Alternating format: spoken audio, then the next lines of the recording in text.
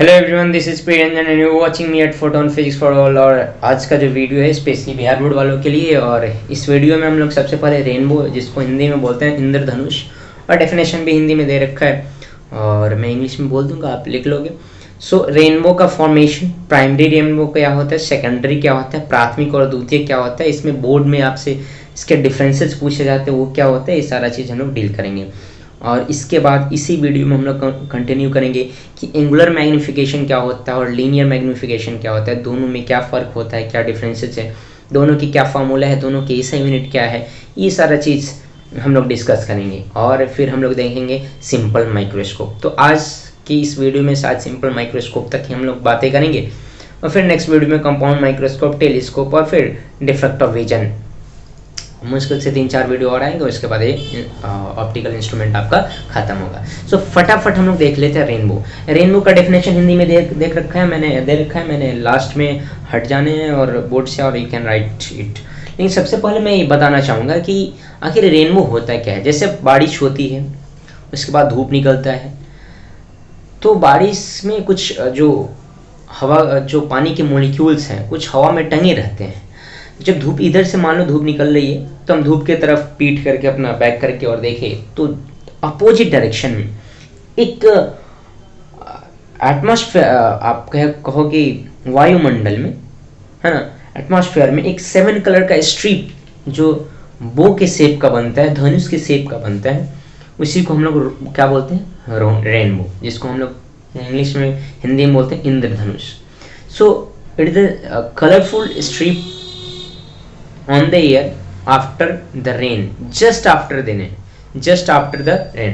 अच्छा, ये होता क्यों है कलरफुल स्ट्रिप, आपने डेफिनेशन लिख रखा है, ये होता क्यों है, और ये प्राइमरी और सेकेंडरी क्या होता है, प्राइमरी अलग है, सेकेंडरी क्या हो, तो एक एक करके देखते हैं। सुनिए, ये जो आपका डेफिनेशन तो देख रखा है, ये जो प्राइमरी है इसमें कलर का ऑर्डर, अच्छा, प्राइमरी ज़्यादा इंटेंस होता है, पहले प्राइमरी दिखता है और जब गायब होने लगता है तो सेकेंडरी दिखता है। अच्छा, ऐसा बात नहीं है कि पहले प्राइमरी ही देखेगा बाद में सेकेंडरी, लेकिन इन जनरल देखा जाता है, अच्छी बात है। Primary most of the time देखने को मिलता है और सेकेंडरी बहुत रेयर देखने को मिलता है, और कहीं कहीं दोनों दिखता है, प्राइमरी और सेकेंडरी एक साथ दिखता है, कहीं कहीं किसी केस में।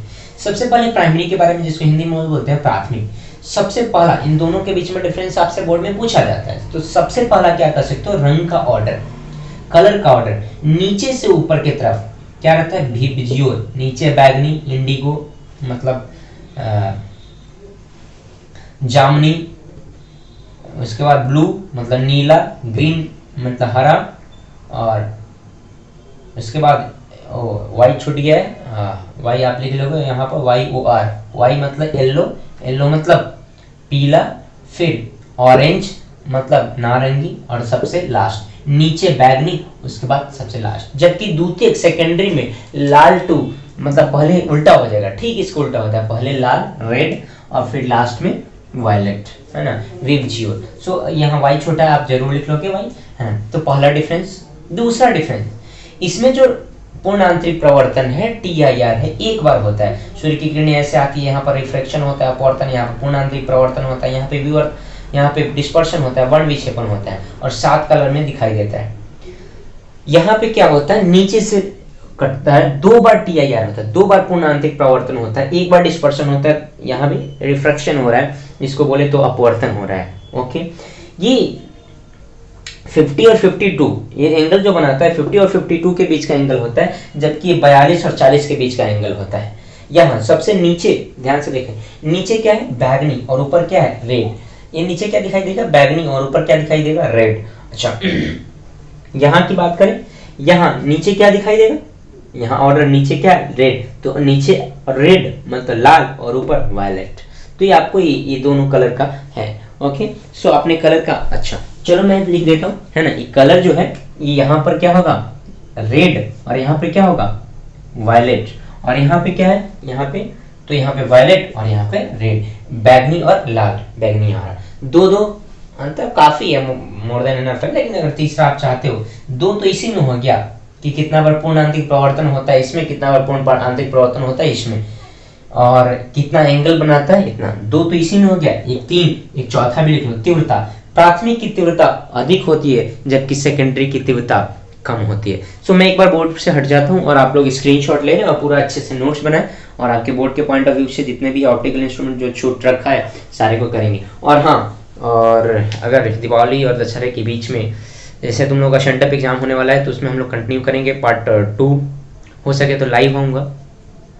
मैं जुगाड़ लगा रहा हूँ लाइव आने का, अगर लाइव आने का जुगाड़ लग जाता है तो मैं लाइव आके आप लोगों को क्लासेस दे दूँगा 8 से 9, 7 से 8 ऐसे क्लास, 8 से 9 या 9 से 10, कुछ 1 घंटा में आपको 1 से 1.5 घंटा लाइव आके पढ़ाऊंगा। ओके, नहीं होगा तो वीडियो अपलोड तो होगा ही। चलो दूसरा टॉपिक देखते हैं और दूसरा टॉपिक का नाम क्या है, एंगुलर मैग्निफिकेशन। क्या एंगुलर, जिसको हम लोग बोलते हैं कोणीय आवर्धन, और हिंदी में मैग्निफिकेशन हम लोग पढ़ चुके हैं, आवर्धन पढ़ चुके हैं जिसको रैखिक आवर्धन बोलते हैं। दोनों में क्या डिफरेंस है, चलो बेसिक कुछ समझते हैं। देखो, कब हम अपने अगर सामने पेन रखें तो कभी कभी पेन थोड़ा दूर रहता है तो हमें अच्छा से नहीं दिखता है, फ्रेश नहीं दिखता है, तो हम क्या करते हैं, पेन को पास लाते हैं।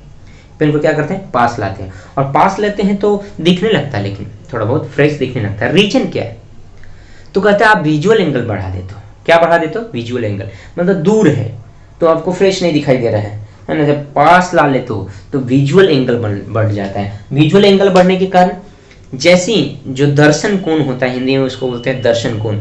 दर्शन कोण जैसे ही बढ़ जाता है तो चीज़ें हमें मैग्नीफाइड दिखाई देने लगती है। चीज़ें क्या दिखाई देने लगती है, मैग्नीफाइड। और इसी को हम लोग, अच्छा कोणीय आवर्धन का डेफिनेशन कुछ अलग है, डेफिनेशन कुछ अलग। मैं चीज़ें सिखा रहा हूँ सीखने का, समझने का, कि बहुत दूर है एक छोटा ऑब्जेक्ट है उसको हम बड़ा देख सकते हैं, लेकिन वही ऑब्जेक्ट है जो छोटा बड़ा हमको थोड़ा दूर और थोड़ा पास करने पर छोटा बड़ा थोड़ी दिखाई देगा, नहीं। हाँ, क्या दिखाई देगा, इसका कोण बड़ा हो गया तो फ्रेश दिखाई दिया, छोटा हो गया तो फ्रेश नहीं दिखाई दे रहा है, इसका फर्क होगा। सो फटाफट में हट जाओ तो स्क्रीनशॉट ले लो और फिर हम लोग एंगुलर मैग्निफिकेशन पे आते हैं। मैं बोर्ड साफ करूंगा तब तक। ओके, जल्दी डू फास्ट। तो आवर्धन क्षमता किसे कहते हैं, what do you mean by magnifying power.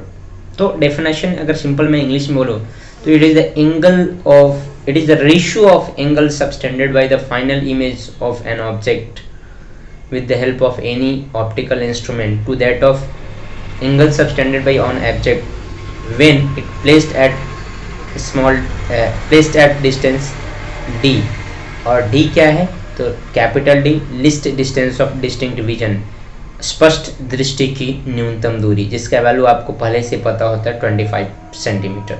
और हिंदी मीडियम में वही डेफिनेशन है, लिखा गया है कि किसी प्रकाशीय यंत्र के लिए अंतिम प्रतिबिंब के द्वारा बनाया गया एंगल बीटा तथा उसी वस्तु को डी दूरी मतलब 25 सेंटीमीटर पर रखने पर बिना ऑप्टिकल इंस्ट्रूमेंट में, नेकेड आई, बिना ऑप्टिकल इंस्ट्रूमेंट से जो एंगल बनता है, जो एंगल बनता है अल्फा, उसके रेशियो को हम लोग मैग्नीफाइंग पावर या एंगुलर मैग्निफिकेशन बोलते हैं। कोणीय आवर्धन या आवर्धन क्षमता भी बोलते हैं इसको। कोणीय आवर्धन की जगह क्या बोला जाता है, आवर्धन क्षमता। दोनों ये वर्ड यूज किया जाता है। ठीक, सिंपल सी बातें समझ गया डेफिनेशन। अच्छा, हर एक ऑप्टिकल इंस्ट्रूमेंट, जैसे हम सिंपल माइक्रोस्कोप पढ़ेंगे, कंपाउंड माइक्रोस्कोप पढ़ेंगे, या फिर हम लोग पढ़ेंगे टेलीस्कोप, हर एक के लिए मैग्नीफाइंग पावर का फॉर्मूला आपको याद रखना है और ऑब्जेक्टिव में बिहार बोर्ड में पूछा जाता है। साथ ही साथ फॉर्मूला के साथ साथ उस पर बेस्ट क्वेश्चंस भी आते हैं बहुत अच्छे से। सो हम न्यूमेरिकल आते हैं छोटे छोटे, तो हम आसानी से उसको कर सकते हैं।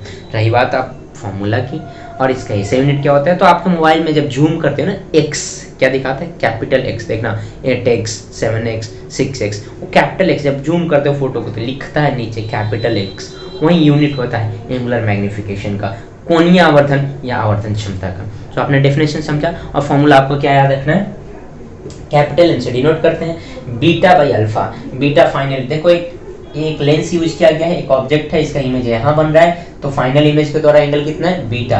और जब इसी वस्तु AB को जब कैपिटल D दूरी पर रखा जाता है तो ये इमेज बना रहा है अल्फा, उसी के अनुपात को हम लोग मैग्नीफाइंग पावर कहते हैं। तो जनरल फॉर्मूला अगर मैं कहूँ, क्या कहूँ, जनरल फॉर्मूला तो कह सकते हो, देखो यहाँ से फिर से थोड़ा सा, capital M is equal to tan beta is equal to tan alpha. कहोगे tan क्यों सर, स्मॉल एंगल के लिए हम tan यूज कर सकते हैं। tan बीटा की बात करें तो परपेंडिकुलर अपॉन बेस, तो परपेंडिकुलर क्या है AB, बेस क्या है UE, है ना। और अल्फा की बात करें तो AB बटा डी।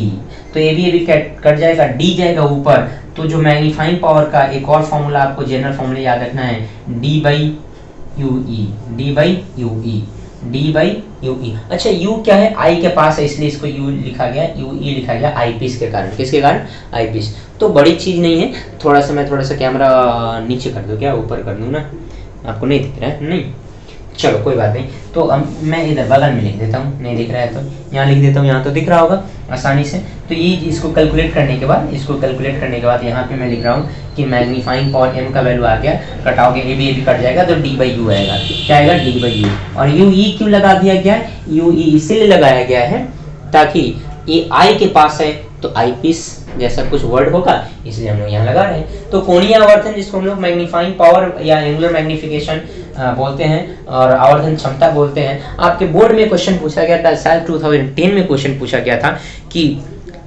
रैखिक आवर्धन और कोणीय आवर्धन में क्या डिफरेंस है, क्या अंतर है, what is the difference between linear magnification and angular magnification. तो आपको ऐसे खंड खंड बना के नहीं बोलना था, दोनों का डेफिनेशन दे देना था, ऐसा यूनिट दे देना था।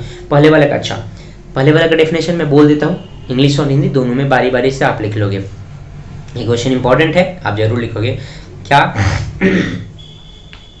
Height of image to that of height of object means the ratio of height of image to that of height of object is known as linear magnification, while the ratio of image subtended by the angle subtended by final image to that of angle subtended by object when it placed at the listed distance of distinct vision is known as angular magnification. The SI unit of magnification is nothing, it is unitless, while the SI unit is angular magnification is capital X. The angular magnification mostly it is used for optical instrument, while magnification is for any instrument without optical or simple for any object. So simple हम लोग कह सकते हैं। हिंदी बोले तो, हिंदी तो लिखा हुआ ही है। रैखिक आवर्धन किसे कहते हैं तो कहेंगे प्रतिबिंब की ऊंचाई तथा वस्तु की ऊंचाई के अनुपात को हम लोग, प्रतिबिंब की ऊंचाई तथा वस्तु के ऊंचाई के अनुपात को हम लोग क्या बोलते हैं भाई साहब? हम लोग बोलते हैं रैखिक आवर्धन। क्या बोलते हैं? रैखिक आवर्धन। जबकि कोणीय आवर्धन क्या होता है तो आपके बोर्ड पे लिखा हुआ है कोणीय आवर्धन का परिभाषा। दोनों कैसा यूनिट बारी बारी से बता दिए। एक यूनिट लेस होता है, एक में कुछ ना कुछ यूनिट होता है, दोनों देखना है। फटाफट इसको राइट डाउन करो। तो हम लोग सिंपल माइक्रोस्कोप पे चलते हैं कि सिंपल माइक्रोस्कोप जिसको हम लोग बोलते हैं सरल सूक्ष्मदर्शी, आखिर होता क्या है, रे डायग्राम कैसे बनता है, फाइनल इमेज कैसे बनता है और इसका मैग्नीफाइंग पावर का फॉर्मूला क्या होता है। ओके, सो फटाफट देखिए।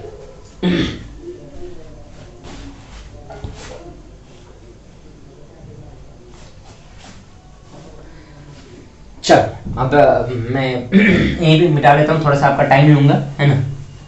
हाँ, मिटा के मैं बता ही देता हूँ सिंपल माइक्रोस्कोप क्यों बार बार वीडियो पॉज करके मैं करूँ, रीटेक की वेटेक लिखला के। अब थोड़ा सिंपल मैथमेटिक्स है, उसको हम कर लेंगे। सिंपल माइक्रोस्कोप क्या बोलते हैं इसको? सिंपल माइक्रोस्कोप, हिंदी बोले तो सरल सूक्ष्मदर्शी, सरल सूक्ष्मदर्शी।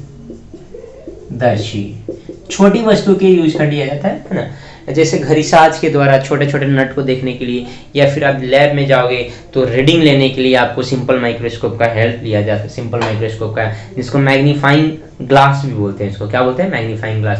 पुराने ज़माने में आपके पास नटराज या किसी कंपनी का अगर इंस्ट्रूमेंट रहा होगा, कोई भी इंस्ट्रूमेंट वटेवर, मैं नाम नहीं लेना चाहूँगा किसी का, तो किसी भी कंपनी का अगर इंस्ट्रूमेंट होगा तो उसमें कागज़ जलाना, मतलब मैग्नीफाइंग पावर ग्लास आता था और बच्चे यूज करते थे कागज़ जलाने में। मैंने तो करा है, पता नहीं आप लोगों ने करा है या नहीं। तो कागज़ जलाने में हम लोग यूज करते थे उस मैग्नीफाइंग को, उसी को हम लोग सिंपल माइक्रोस्कोप बोलते हैं। अब सवाल तो ये है कि नहीं ये सिंपल माइक्रोस्कोप से क्या समझते हो? हाँ, अगर आप है परिभाषा तो लिखिए, इंग्लिश मीडियम वाला लिखेंगे। It is the single convex lens which used to form the enlarged and virtual image of an object when it placed between optical center and focus. Simple microscope को सरल सूक्ष्मदर्शी या साधारण सूक्ष्मदर्शी कहते हैं। इसका हिंदी परिभाषा अगर आपसे बोला जाए लिखने के लिए तो सरल सूक्ष्मदर्शी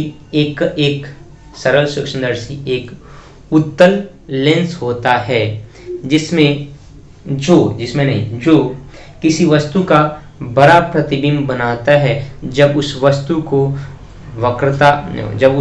को फोकस दूरी का हिंदी होता है, फोकस दूरी होता है, फोकस तथा प्रकाशीय केंद्र के बीच रखा जाए। जब किसके बीच रखा जाए?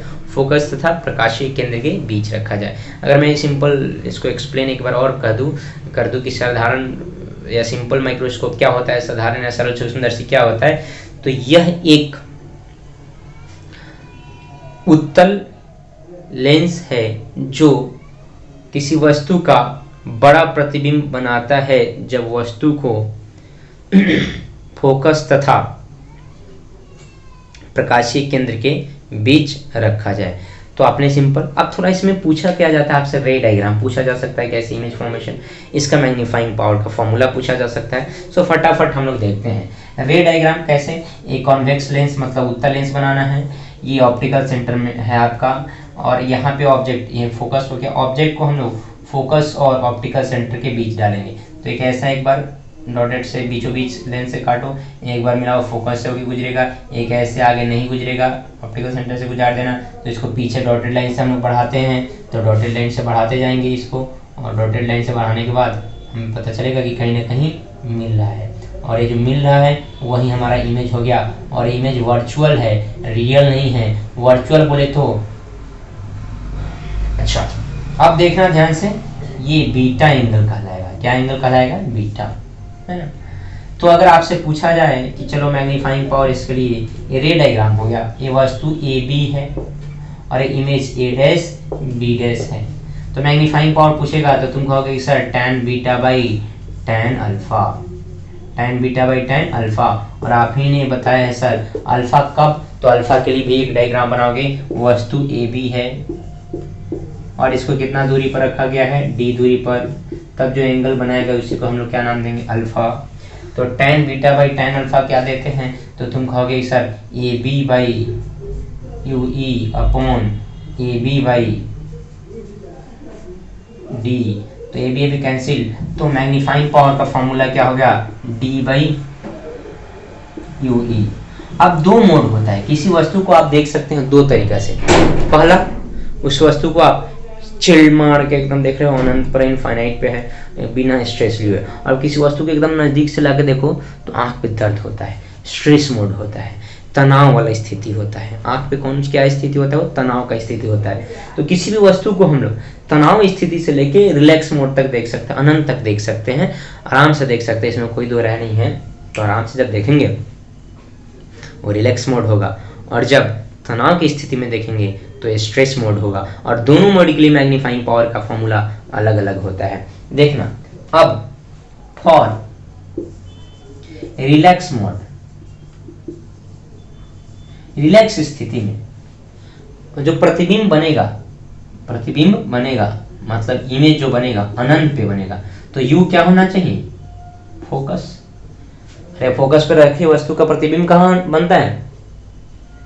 वो अनंत पे। तो अगर प्रतिबिंब आपका अनंत पे बन रहा है तभी तो रिलैक्स मोड में देख पाओगे। और जब अनंत पे प्रतिबिंब बना दोगे तो बताओ भाई साहब तुम्हारा यू कहाँ होना चाहिए? फोकस पे। कहाँ पे होना चाहिए? फोकस पे। तो जैसे यू फोकस पे हो जाएगा तो आप लिख सकते हो नाउ यू का वैल्यू फोकस पे, तो मैग्नीफाइंग पावर कैपिटल एम का फॉर्मूला हो गया d बाई यू है तो d बाई एफ। कौन से मोड के लिए? तो रिलैक्स मोड के लिए। कौन सा मोड के लिए? रिलैक्स। और दूसरा स्ट्रेस मोड आता है। कौन सा मोड? Stress mode. ये नीचे वाला तनाव की स्थिति, किसकी स्थिति है? तनाव की। और ऊपर वाला तनाव की स्थिति नहीं है। तो थोड़ा कैमरा को मैं नीचे करूंगा और आपको दिखाऊंगा तनाव की स्थिति कैसे हम लोग निकालते हैं। तो तनाव की स्थिति के लिए आप फॉर्मूला देख लीजिए, निकालने की जरूरत नहीं है आपको। तनाव की स्थिति फॉर्मूला होता है 1 प्लस डी बाई एफ। क्या होता है? 1 प्लस डी बाई एफ। कौन सी स्थिति में? तनाव की स्थिति में, स्ट्रेस मोड में। 1 प्लस डी बाई एफ, है ना। कहोगे कहाँ ज़्यादा अगर तुम्हें परेशानी है इसको प्रूव करने का, तो आप लेंस फार्मूला यूज करोगे। कौन सा formula? Lens formula. Lens formula क्या होता है? 1/v - 1/u = 1/f होता है। और यहाँ से 1/v - 1/f करके 1/u का वैल्यू निकालोगे। अब साइन कन्वेंशन यूज करके पूरा पुट पाट करने के बाद आपको यह वैल्यू आएगा, तो आप देखोगे कि अच्छा आपका वैल्यू पूरा पुट उट करने के बाद 1 + d/f का वैल्यू आता है ना। कुछ ज़्यादा जरूरत नहीं है कि हाँ कैसे प्रूफ हो गया, वो जरूरत नहीं है, बस आप फॉर्मूला याद रखिए, क्योंकि आप बिहार बोर्ड से बिलोंग कर रहे हैं और बिहार बोर्ड वाला आपसे ये नहीं पूछेगा कैसे आता है। जैसे हमारे पास समय की अधिकता रहती तो आराम से प्रूफ करना है, तो चुटकी के प्रूफ करना तो कोई बड़ा चीज़ नहीं है प्रूफ करना, लेकिन हमारे पास वक्त की भी किल्लत है तो हम इतना नहीं कर पाएंगे। ठीक, सो आज के वीडियो में हम इतना ही रहने देते हैं। देखिए आप लोग फॉर्मूला जरूर लिखें। ये फॉर्मूला जनरल फॉर्मूला है, ये फॉर्मूला रिलैक्स मोड के लिए है, मतलब आराम वाले, जब वस्तु प्रतिबिंब कहाँ बने? अनंत पे। और ये फॉर्मूला स्ट्रेस मोड, जब प्रतिबिंब स्मॉल डी कैपिटल डी पर बनता है, 25 सेंटीमीटर पर बनता है, तब यहाँ पर इमेज वस्तु बनता इमेज बनता है अनंत पे, यहाँ पे कैपिटल डी पर बनता है। तो कैपिटल डी का वैल्यू पुट करने के बाद जो आपका आएगा वी का value capital D minus capital D put कीजिएगा, तो आपका कुछ ना कुछ वैल्यू आएगा और इसी वैल्यू को हम लोग पुट करेंगे और फाइनल हमारा आंसर आएगा। आज के वीडियो में हम इतना ही रहने देते हैं। आपने सिंपल माइक्रोस्कोप देखा, नीचे का फॉर्मूला का स्क्रीनशॉट ले लो, फिर मैं कैमरा ऊपर कर दूंगा। रे डायग्राम वाला का भी स्क्रीनशॉट ले लेना आराम से, मस्त चिल मार के। आज के वीडियो में हम इतना ही रहने देते हैं, फिर नेक्स्ट टाइम आपके लिए कंपाउंड माइक्रोस्कोप लेके आऊँगा, फिर टेलीस्कोप, फिर डिफेक्ट ऑफ विजन, और फिर हम लोग सेशन को करेंगे खत्म। ठीक है, थैंक्स फॉर वॉचिंग। वीडियो को लाइक करो, शेयर करो, जिनके पास ये सारे जानकारियाँ नहीं है पहुँचाओ। और दिसंबर में तो ऑब्जेक्टिव आ ही रहा है, ऑब्जेक्टिव को तो फैला ही देना है भाई साहब, है ना। दिसंबर से अल्टरनेट डे में या डे बाई डे करके 10-15 क्वेश्चन का एक सीरीज इसी बोर्ड पे रहेगा, सब कुछ क्वेश्चन, और आपको एक्सप्लेनेशन के साथ, ट्रिक के साथ चीज़ों को कैसे याद रखना है। जैसे सोने के वक्त जाओ तो पर डे एक रूटीन बना लेना कि आज पूरा ऑब्जेक्टिव देखेंगे, तो पर डे 10 ऑब्जेक्टिव देखना है। अरे सोते वक्त जो यूट्यूब पे कुछ और देखते हो, ये देख लो यार।